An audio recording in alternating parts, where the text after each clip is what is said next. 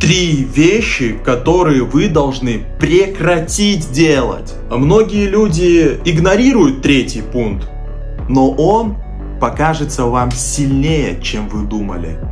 Первое. Перестаньте беспокоиться о будущем.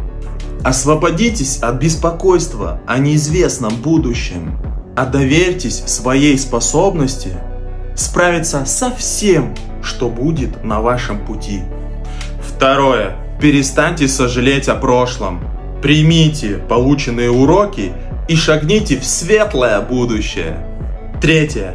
Перестаньте не верить в свои потенциальные внутренние силы.